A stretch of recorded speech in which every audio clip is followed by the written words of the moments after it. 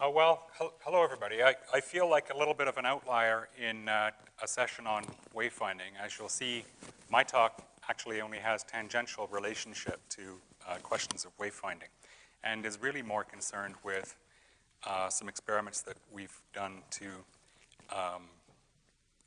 try to understand how people develop emotional relationships with places, how places affect feelings, and also how places affect cognitions.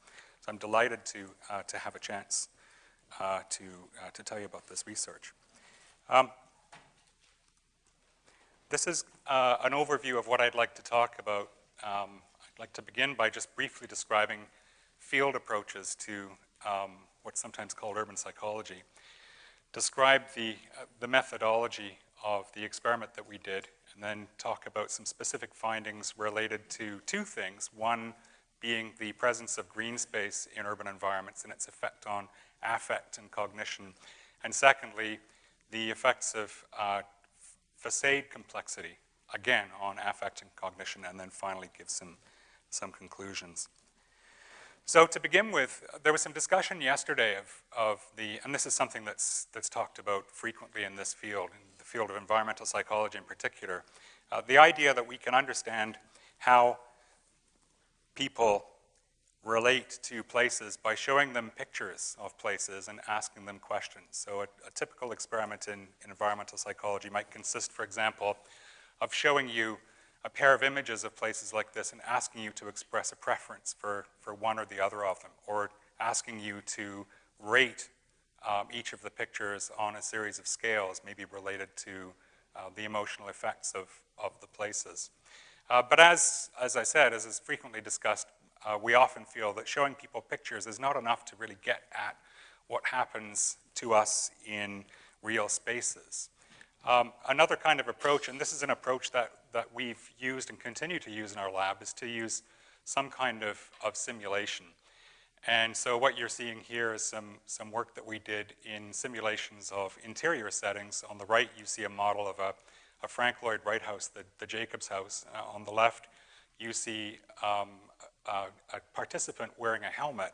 We used helmet-based virtual reality, and just to give a brief plug for helmet-based VR as opposed to caves, helmets have their limitations, but one advantage is that you can have people move naturally through as large a space as you can actually track their movements through. So in this particular experiment, we realized models of home spaces at actual size and had people be able to walk through those spaces and look at things and comment on what they saw.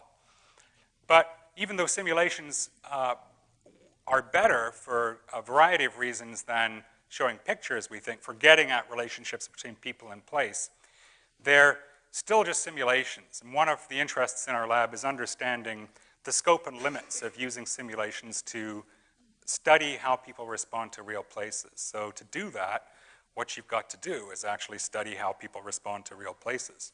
So beginning in 2011, we had an opportunity literally drop into our labs to begin to do some field investigations of how people responded to different kinds of urban environments.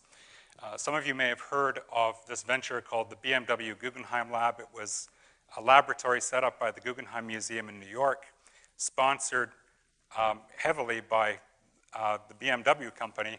And the idea was basically to build a pop-up lab that could be transported to different cities, would act as a magnet for people interested in urbanism, and would hold lectures and workshops and so on and so forth. And at some point, fairly late in the planning, somebody said, you know, we're calling this a laboratory. We really should have an experiment. And who might be foolish enough to try to mount an experiment with about 2 months' notice at this lab? I know, we'll call Colin. So they asked us to figure out what could be done in the way of a real experiment in urban settings. And with their help, we designed what we called psychogeographic walking tours in 3 major cities, New York, Berlin, and Mumbai. Most of the data that I'll show you today will relate to the New York site where we actually got the best, the most complete data.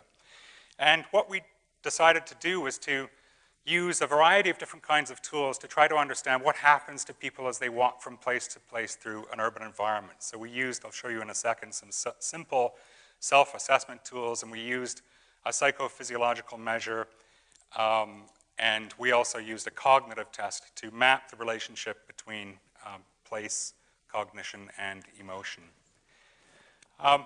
We were looking to study certain kinds of contrasts when we set up our walking tours, and one of them had to do with the influence of the design of street-level facades on people's behavior, and especially on their feelings, and maybe on their cognition as well. And part of the motivation for this contrast came from the work of the urbanist Jan Gehl, who's done some really nice, unobtrusive observations of what happens to people when they walk past different styles of facades. And he's drawn a contrast, a hard contrast between what he calls A-type and E-type facades. And I'll show you some pictures of these in just a second so you'll get the gist. But basically the idea is that active or A-type facades have, well, I think I have a picture next. So let's go to this one first. So an active or A-type facade has lots of openings. It's quite permeable. It has lots of things to see, lots of things going on, and as you can see, there's a fair amount of complexity. Contrast those with E-type facades, and E-type facades are low in complexity, they're low in permeability, as you can see, and there is much less for people to see. So most of the work that I'll describe to you comes from the facade that you see on the left in this image, which was a street facade in New York City in front of a large Whole Foods store in the Lower East Side. And the right image is in Berlin. Believe it or not, that's the street-level facade of a restaurant. What Gehl observed in his observations was that people behave differently as they walk past these two different kinds of facades. They walk at different speeds. They walk more slowly past active facades. They pause more, and they turn their heads much more. And so we were interested in looking inside the person to see what kinds of things might be going on as people stood in front of these two different kinds of facades. So that was one kind of contrast. The other kind of contrast that we wanted to look at was the influence of the presence of nature in an urban setting. And again, this is something that we all heard a little bit about yesterday, the restorative experience that comes about through exposure or immersion in some kind of natural setting, or even, as we know, sometimes just looking at an image of a natural setting.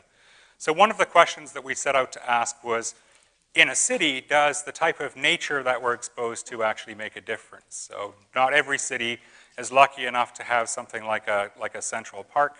Often green spaces in cities are compact. They're things like community gardens, pocket parks, or even the green space in cemeteries. So we tried to sample from a variety of different kinds of green spaces. The one that I'll talk about the most here is a community garden in New York. But here's an image of another green space that we used. This is a cemetery in Berlin that's right smack in a fairly busy part of the city, but as you can see, serves as a lush green space that people can go into for restorative experience. The methodology that we used was to take people on walks from the museum site for about an hour in length with local facilitators or guides, with the idea that the walks would highlight these kinds of contrasts that I just described to you. Participants walked in groups of about 5 to 15, but they completed all of the tasks alone. They carried smartphones that were configured for site-specific testing. I'll show you some of this in a second. And they were stopped at 6 different locations in all of the cities and asked to complete a set of tasks. So here's a map of one of the routes that we took through New York City. All of the stopping points are numerically labeled here, and the route varied from session to session. This was in the Lower East Side, a fairly compact set of stops that people could get through in an hour. For the measurement tools for self-assessment, we used something really simple. We used things called self-assessment mannequins, so people looked at their phones, and they didn't have to use words. So one of the advantages of using a mannequin, especially when you're working in a number of different cities with different languages and cultures, is that if you show people pictures of faces and bodies, then they can sort of get what you want them to tell you. and by pressing the right button, they could indicate their self-assessed emotional state and arousal state at a particular point in time. To get at their cognitive state, we used a task which was also programmed into the phone called the SART, or Sustained Attention to Response task. And if things go according to my diabolical plan, I have a short demo of the SART for those of you who might not know what it is. You'll have to indulge me by engaging in some audience participation. And what I'm actually going to ask you to do is to clap. I'm not trying to solicit any kind of premature applause here. But what I'd like you to do, when I start the animation, you'll see a display of digits, one digit landing at a time. And every time you see a digit, I'd like you to clap. But when you see the digit 3, I'd like you to not clap. So it's quite short. Let's see what happens. So remember, it takes a fair bit of attention. Clap when you see a digit, don't clap for 3s.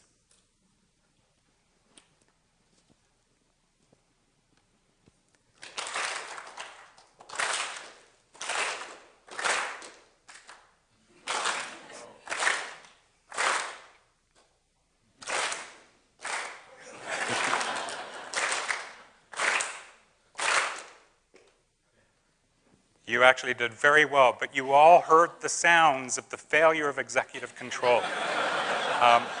And don't... 3 minutes, okay. So don't feel badly about that.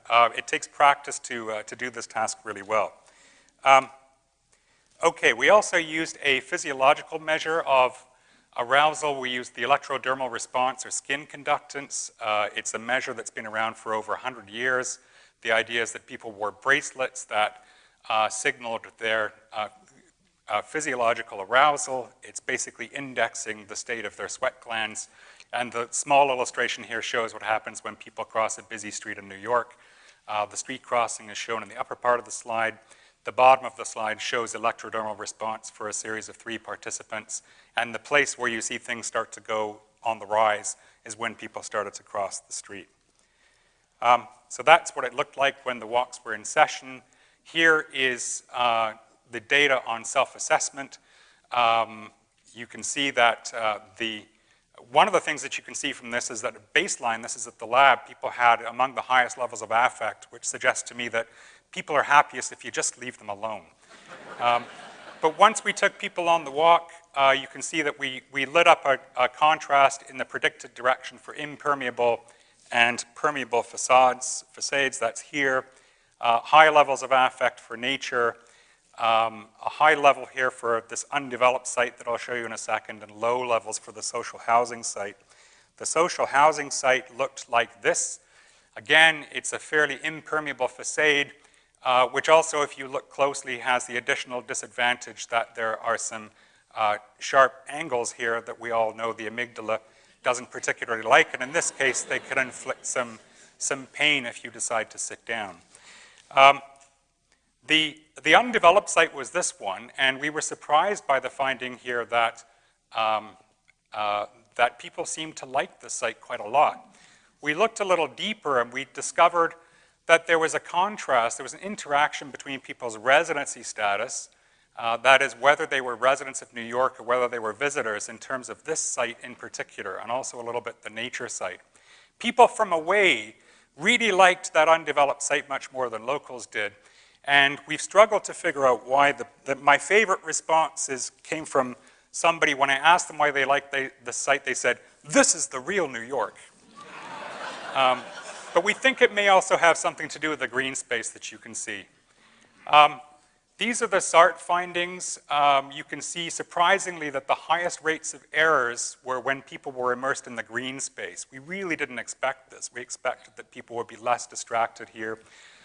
We think what this means, although this is totally post hoc, is that when people are sitting in a green environment, they are fascinated by their surroundings, and that actually may compete with the kind of directed attention that that they need to deploy during the SART task. I'm out of time, so I'll just quickly whiz through the physiological results. I'll show you, this is a kind of a stress map. This is the GPS coordinates of a walk mashed up with people's arousal levels, and you averaged over a group, and you can see that arousal levels wax and wane, falling to a low level here, the lowest level in the green space. And here's another image of the same thing. I'll skip that. Here's the summary. I won't belabor this. I've said everything that's here already.